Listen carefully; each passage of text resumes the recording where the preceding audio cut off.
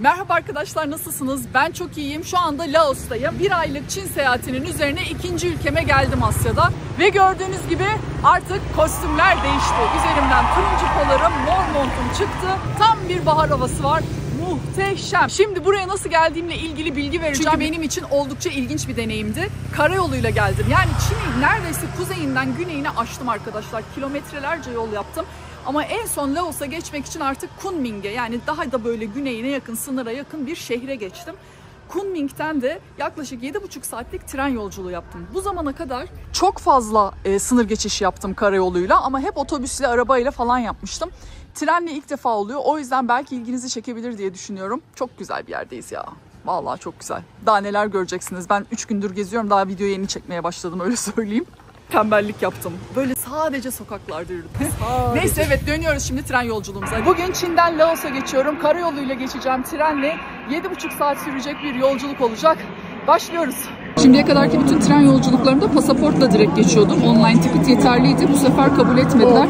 Koştur koştur beni şuradaki bölüme götürüp böyle bilet aldırdılar. İkinci sınıf tren biletinin fiyatı $75. Ve saat sabah 8'de bu istasyondan, yani Kunming South istasyonundan tren kalkıyor. Laos'a girmek için vize çıkarmanız gerekiyor. Online vize çıkartıyorsunuz. 3 iş günü içinde çıkar diyorlar. Ancak benimki 15 günü buldu. Başladık.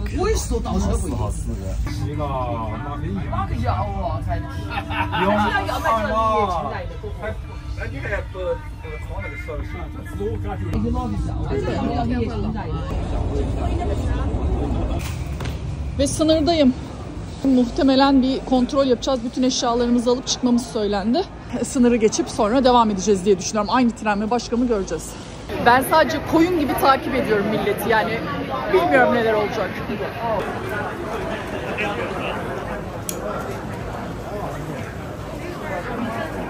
Eşyaları geçireceğiz. Bilet kontrolü yapıldı. Birazdan vize kontrolü yapılacak. Burası ateşimizin kontrol edildiği nokta. Sağlık kontrolü. Aynı trenle devam ediyormuşuz. Birazdan yine aynı yerimi alacağım. Biri bana bunun şaka olduğunu söylesin. 5 dakika gittik, bir daha iniyoruz. Şimdi Laos için giriş yapacağız. Bütün eşyaları yine olur. Nasıl ortam ama? Oy, yandık. Laos girişimiz de tamam. Şimdi tekrar trene biniyoruz.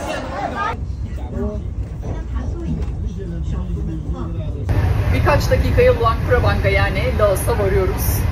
Ben hazırlandım inmek için.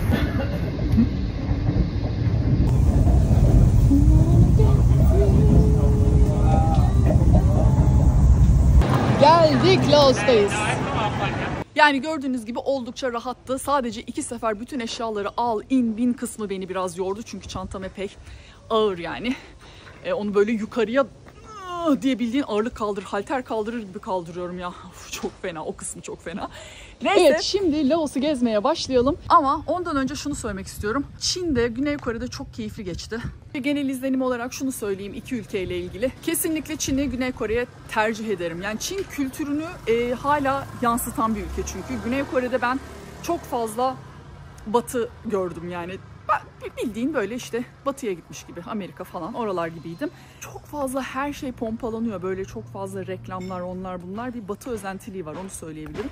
Çin'de ise çok doğaldı. Her şey çok doğaldı. O yüzden bana daha çok hitap etti. İkisi de elbette çok gelişmiş, başarılı ülkeler. Ama Çin beni kendine hayran bıraktı.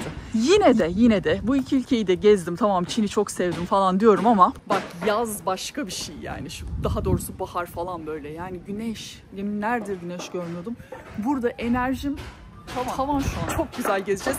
Hadi şimdi Laos anlatmaya başlıyorum size. Öncelikle Laos haritada nerede yer alıyor ona bir bakalım. Bu mavi nokta Laos. Benim olduğum yer. Şurası Türkiye.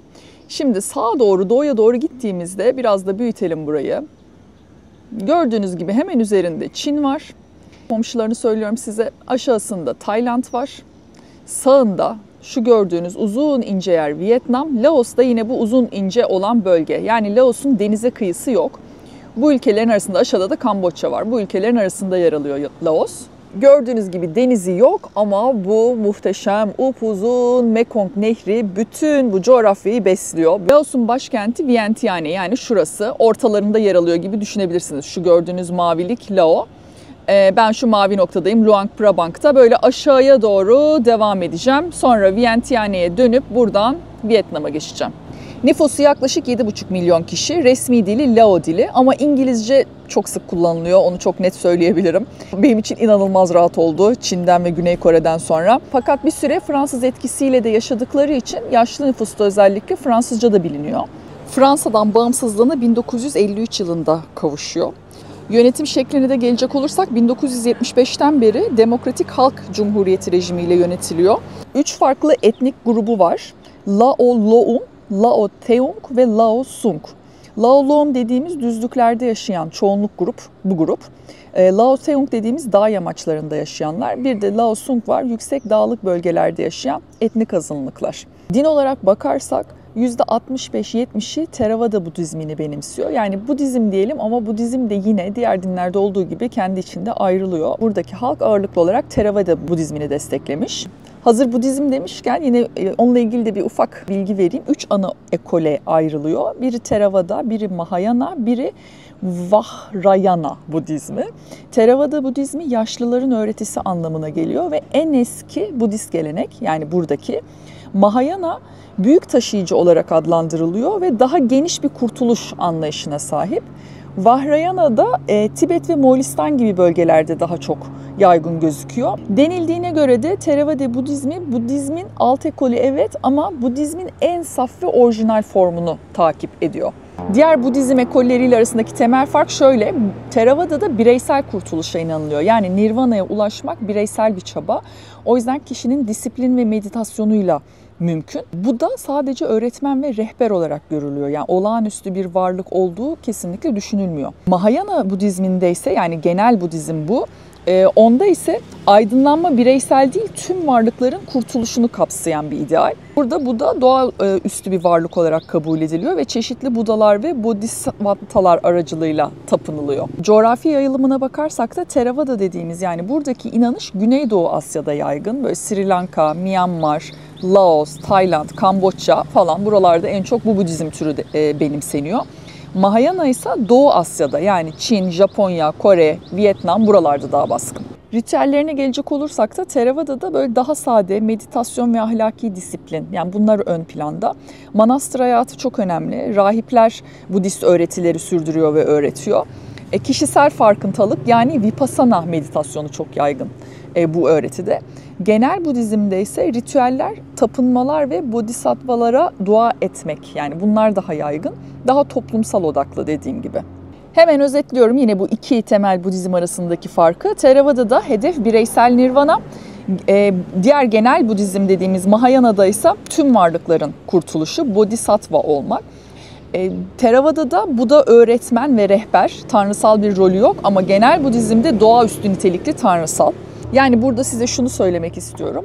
Hani Budizmi genel olarak böyle onlar puta tapıyorlar falan gibi yorumluyorsanız, o da kendi içinde ayrılıyor. Buda'ya tapıyorlar diye düşünüyorsanız yok. Öyle bir durum yok. Yani onu bilge olarak görüyorlar. Onu rehber olarak görüyorlar. Tanrısal bir güç olarak görmüyorlar. O yüzden de böyle genelleyerek bütün Budizmi çöpe atmamak lazım. Önce bir derinlemesine inmek gerekiyor. Luang Prabang Budizmin kalbi olarak kabul ediliyor ve şehirde 33'ten fazla Budist tapınağı var. Bu arada Budist tapınaklarına Wat deniliyor arkadaşlar. Wat Siang Tong şehrin en ünlü tapınağı. Çok detaylı işlemeleri var, mozaik süslemeleri var. Yani dur karşısında izle, öyle etkileyiciydi. Nasıl yapmışlar, nasıl bir emek var falan diye böyle ben bayağı hayran kaldım oradaki işlemelere, süslemelere. Sabah alayı takbat denilen bir ritüel var. Her sabah gün doğumunda şehirdeki Budist rahipler yiyecek toplamak için böyle sokaklara dökülüyor. Luang Prabang'da çok özel bir kültürel deneyim. Bunun için ama 5.30'da kalkmak gerekiyor. Saat 5.30 ile 6 arasında gerçekleşiyor. Henüz başaramadım. Eğer başarabilirsem bunu da sizin için çekip burada yayınlayacağım. Şimdi gelelim Luang Prabang'a. Diğer yerlerini henüz görmedim Laos'un ama burası yani muazzam. Ben çok sevdim. Yani buradaki kültür çeşitliliğini falan, her şeyini çok sevdim. 1995 yılında UNESCO Dünya Mirası listesine alınıyor.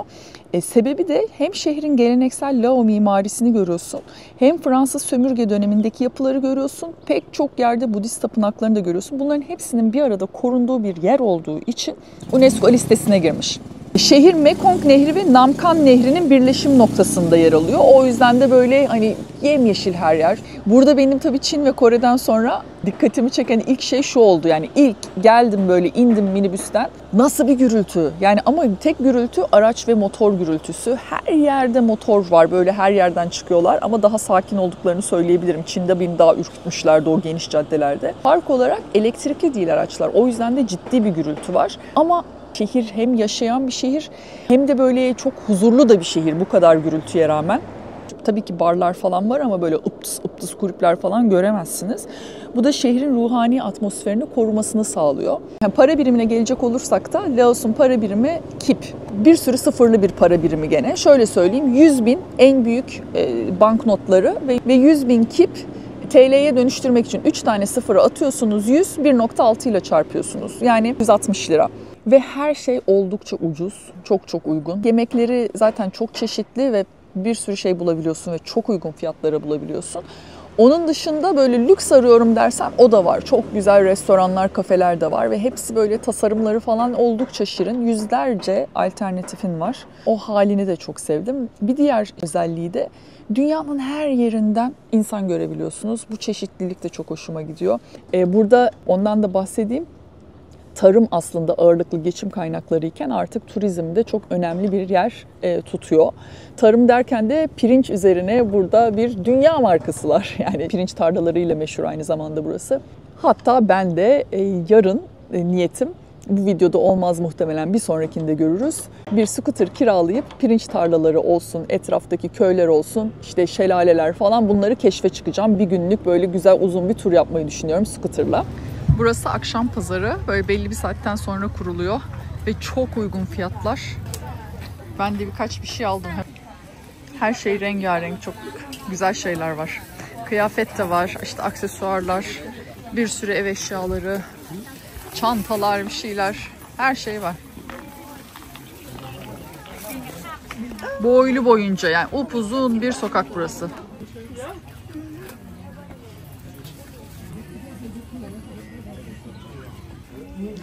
Lao kültürüne ait pek çok şey görebiliyorsunuz.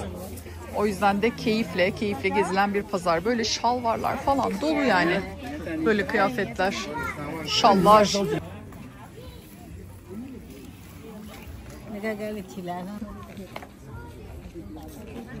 Bir sürü şöyle doldurup götürebilirsin ama tabii benim yer problemim var. O yüzden yapamıyoruz gene.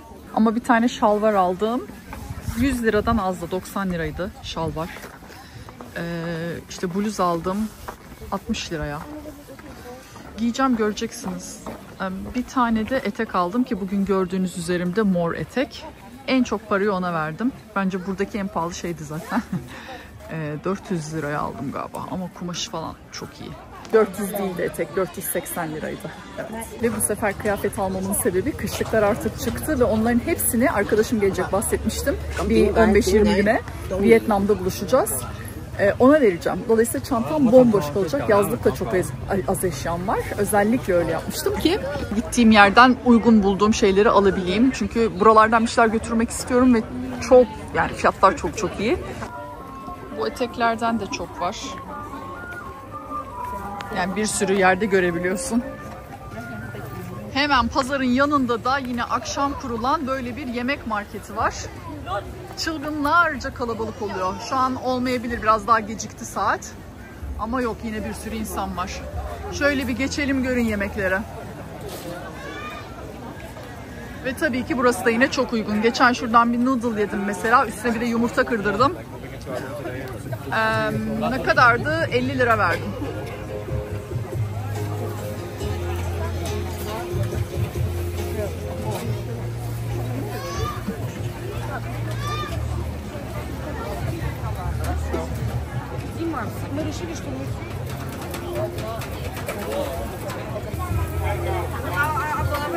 Bitmiyor. Bir de şu karşı sokak var.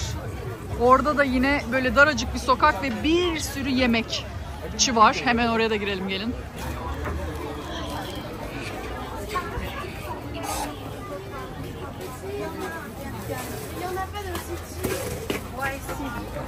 Il y a les mini, mais il n'y a pas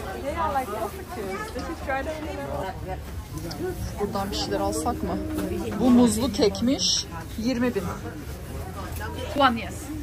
Şu çikolatalıdan alacağım şimdi. O da 20.000. 1.6 ile çarpıyoruz. 3-0 atıp. Ertesi güne uyandık. Luang Prabang'da bilmem kaçıncı günüme uyandım. Bugün güzel bir tekne turu yapacağız. Yakınlarda bir mağara var, bir köy var. Orayı ziyaret edeceğiz tekneyle ve döneceğiz. Yani yaklaşık böyle 5-6 saatlik bir tur olacak. Saat şu anda sabah 8-8.30'da kalkıyor tekne. Bu arada fiyatı 150.000.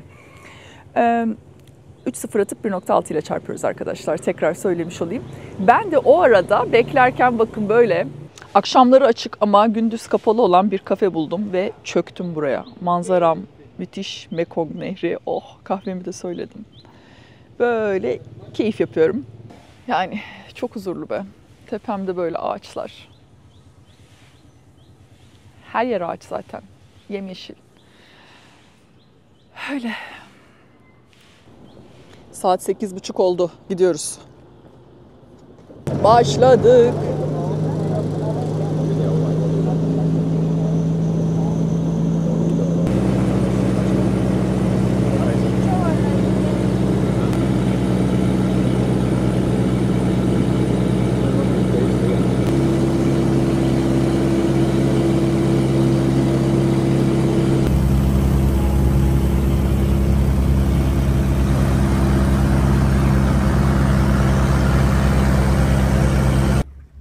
...15 dakika ara dedi kaptan. Neredeyiz bilmiyorum. İndik. Bakacağız herhalde buraya ne var ne yok. Ay sessizlik, huzur.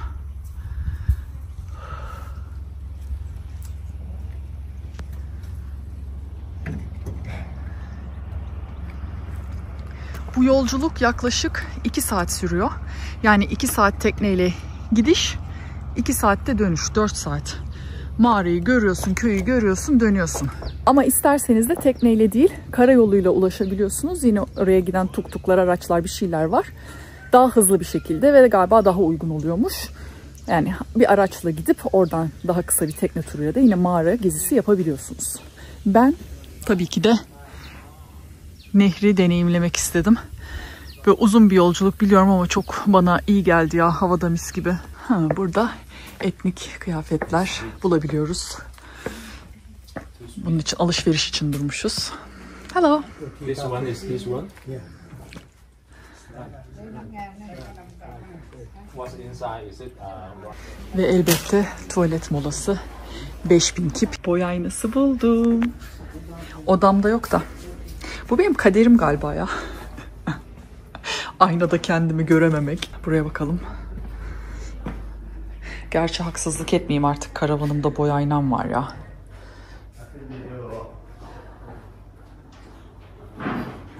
Üzerlerinde fiyat yazmıyor. O yüzden size fikir veremiyorum. Kimse de yok şu anda dükkanda. Şöyle bir şey alıp taşırmışım ben. Kıyafet almayıp. Bu bahar havası beni böyle... Ben her bahar aşık olurum. La la la la. Gerçekten aşık gibiyim ya. Aşığım çünkü. Yani aşk ille bir insana duyulmuyor, biliyorsunuz mu? Biliyor musunuz bilmiyorum. Ben yani güneşin bu kavurmayan ama ısıtan haliyle çok büyük bir aşk yaşıyorum ya. Çok mutluyum. Oh be.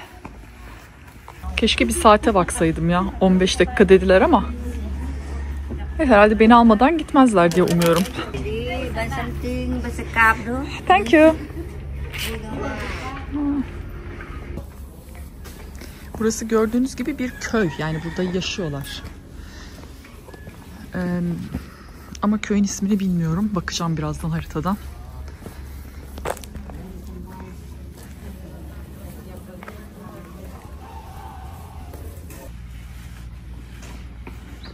Bir tapınağa geldik. Of, çiçekler, çiçekler, çiçekler. Ben her bahar aşık olurum.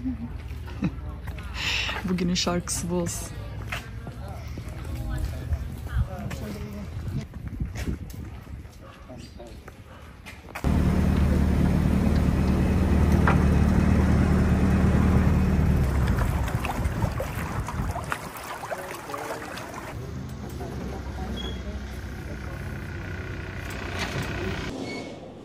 Mağaramıza geldik. 45 dakika süremiz varmış.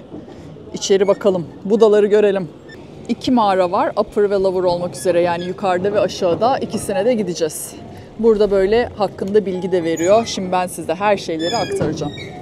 Laolulara 15, yabancılara 30 bin kip. Ay bak, kaç günlerdir zaten tırmanmıyordum. Çok iyi oldu. Bu ne ki ya? Bu ne ki? Bana koyar mı be?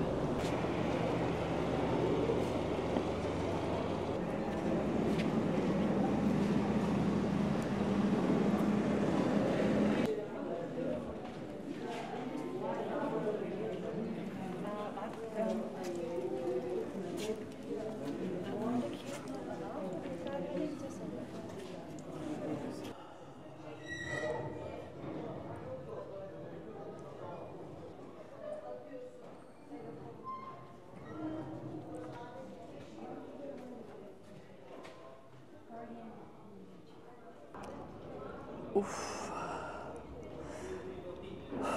Devam. Evet, mağara Nam-o ve Mekong nehirlerinin tam kesiştiği noktada. İçeriden dışarıya böyle baktığınızda çok güzel bir manzara görüyorsunuz. İçeride binlerce irili ufaklı Buda heykeli var. İbadet için gelen yerel halk tarafından yüzyıllar boyu bırakılmış bu heykeller buraya. Heykeller genellikle ahşap ve altın kaplama. Mağaralar Laos halkı için kutsal bir yer olarak kabul ediliyor. Yüzlerce yıldır Budist hacılar tarafından ziyaret ediliyor burası. Özellikle Lao Yeni Yılı, yani Nisan ayında yerel halk buraya gelip Buda heykellerine su dökerek ibadet ediyor. Şimdi yukarı mağaraya doğru gidiyorum. Zaten yarım saat ben meditasyon yapmışım. Çok iyiydi. Uf.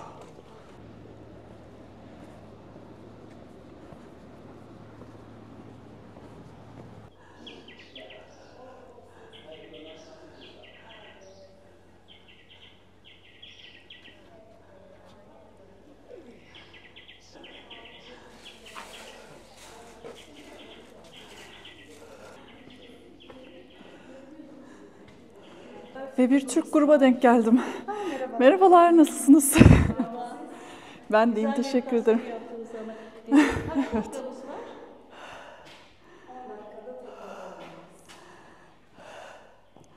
O yüzden koşmam gerekti yukarıya. Koş.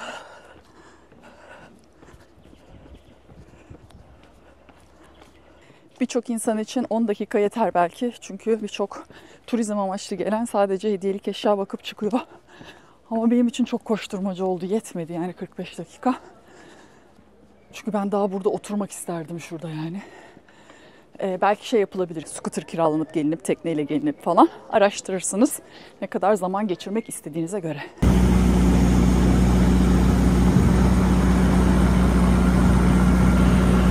Şimdi tekne dönüşünde güzelce şöyle bir yerde yemek yiyeyim istedim. Dinleneyim hem. Şöyle akşam güneşi de yüzüme vuruyor. Öyle bir konum seçtim kendime. Böyle tatlış bir sokaktayım. Güzel bir yerdeyim yani. Lao yemeği deneyeceğiz. 80 bin. Ya yaklaşık işte 120-130 lira civarı düşünebilirsiniz. Böyle bir şey geldi. Şu tavuk herhalde. Göreceğiz ne olduğunu. Bu da pilavımız. Bakalım lezzeti nasıl.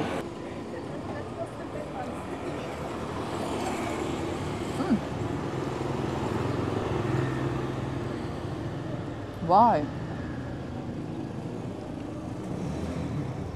Hakikaten çok değişik. İçinde kişniş tadı alıyorum. Böyle çok fresh bir şey tadı alıyorum. Tavuk demeye bin şahit olan bir şey yiyorum şu an. Acayip lezzet. Çok farklı bir tat. Ama kişniş yani. Kişniş. Bayılıyorum. Çok özlemişim. Yani böyle mi yeniyor bilmiyorum ama insanın bunu bildiğin çiğ köfte gibi marulun arasına sarıp dürüm yapıp yiyesi geliyor. Çok da güzel oluyor ya.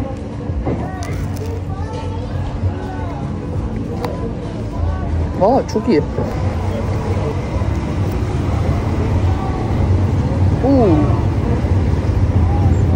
Ölümcül. Güya güneşi batırmaya burada bir tepe var. Böyle yine tapınak var tepesinde. Meşhur bir yer. Oraya çıkacaktım ama yok, o kadar güzel geldi ki burası şu anda. Oh! Ben şu anda mesela burada çok rahat bir şekilde yemek yiyor, rahat bir şekilde konaklıyorum ve iyi yerlerde anlamında söylüyorum. Çok daha ucuza da buradan çıkabilirim aslında ama hatta Kore ve Çin'deki harcamaları düşününce buralarda daha az harcarım diye düşünüyordum. Ama yok ya, biraz rahat etmek istedim. Hem belki benim videolarımı beğenirsiniz. Ondan sonra abone olursunuz falan. Ben de daha çok gelir elde ederim. Böyle daha da rahat gezerim falan, değil mi? Arkadaşlar burada sonlandırıyorum artık. Bir sonraki video scooter'la etrafı geziyor olacağız. O yüzden o zamana kadar kendinize iyi bakın. Görüşmek üzere. Bay bay.